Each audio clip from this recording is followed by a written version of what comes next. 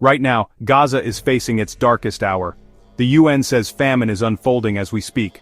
1 in 3 people are going without food for days, and hospitals are overwhelmed with malnourished children.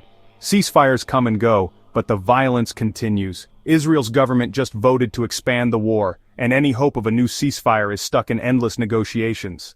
But what about tomorrow? What's next for Gaza's people? First, the scale of the challenge is staggering. Rebuilding Gaza will take at least $53 billion, according to the World Bank. Just fixing homes and infrastructure could take decades. Gaza's economy has collapsed by 83%, leaving families with no jobs and no way forward. Politically, ideas for the future are clashing. There are controversial calls like Trump's plan to relocate Gaza's population, something most of the world flatly rejects. But there's also a new initiative from Arab states, a plan to rebuild Gaza, return the Palestinian Authority to power, and even call for elections and peacekeepers, all backed by billions in support. Meanwhile, the world is watching. The UK and Portugal say they'll recognize a Palestinian state if the suffering doesn't end soon. For many in Gaza, this is more than politics. It's survival. Over 20,000 children have been treated for acute malnutrition. The number of child amputees is now the highest per capita in the world. These kids will need years of rehabilitation, medical care, and hope. So what's next? Honestly, there's no quick fix. But there is a real chance for change. If the world steps up, if leaders choose peace over politics, and if ordinary people refuse to give up on Gaza's future. Because even in the darkest times, hope is a powerful thing. And for Gaza, hope might just be the key to survival and recovery. But what does hope look like on the ground, in the lives of ordinary Gazans? Sometimes it's as simple as a mother planting a small garden in the rubble, determined to grow fresh food for her family. Or a teacher gathering children under a makeshift tent, turning the ruins into a classroom powered by dreams and determination.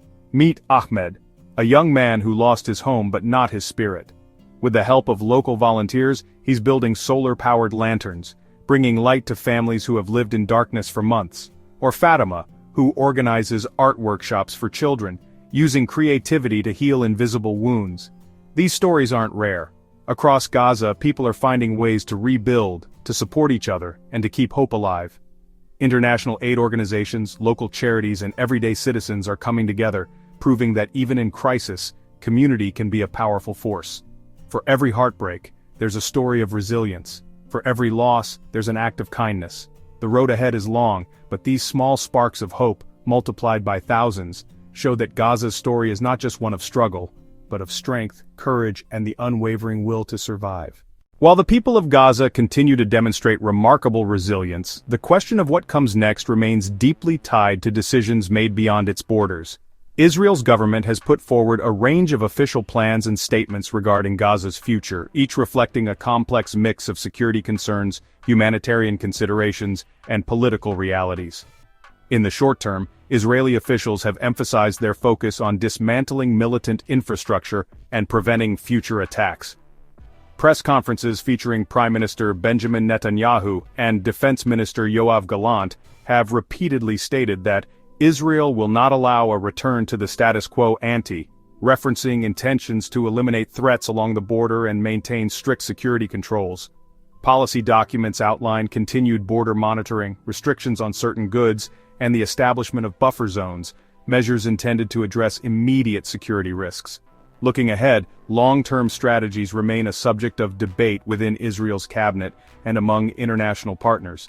Some proposals, as reported by outlets such as the Times of Israel and Haaretz, include the possibility of an international administration overseeing Gaza's reconstruction, or a gradual transition to Palestinian self-governance under strict conditions. Other statements suggest that Israel prefers to avoid any direct reoccupation, instead supporting a framework that involves regional partners and international oversight. Official government footage shows lawmakers discussing the need for humanitarian aid corridors and reconstruction efforts, often paired with calls for the disarmament of militant groups.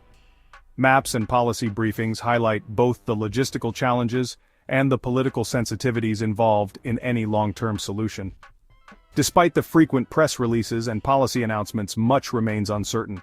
What is clear is that the future of Gaza will be shaped not only by the resilience of its people, but also by the evolving strategies and intentions of those who hold power beyond its borders. As the future of Gaza hangs in the balance, the eyes of the world remain fixed on this small stretch of land. International responses have been swift and varied, reflecting a complex web of interests, alliances, and humanitarian concerns. At the United Nations, emergency sessions have brought together world leaders and diplomats, each voicing their nation's stance. The United States has called for immediate humanitarian access and long-term stability, with President Biden emphasizing, "The suffering of civilians must end, and pathways to peace must be explored."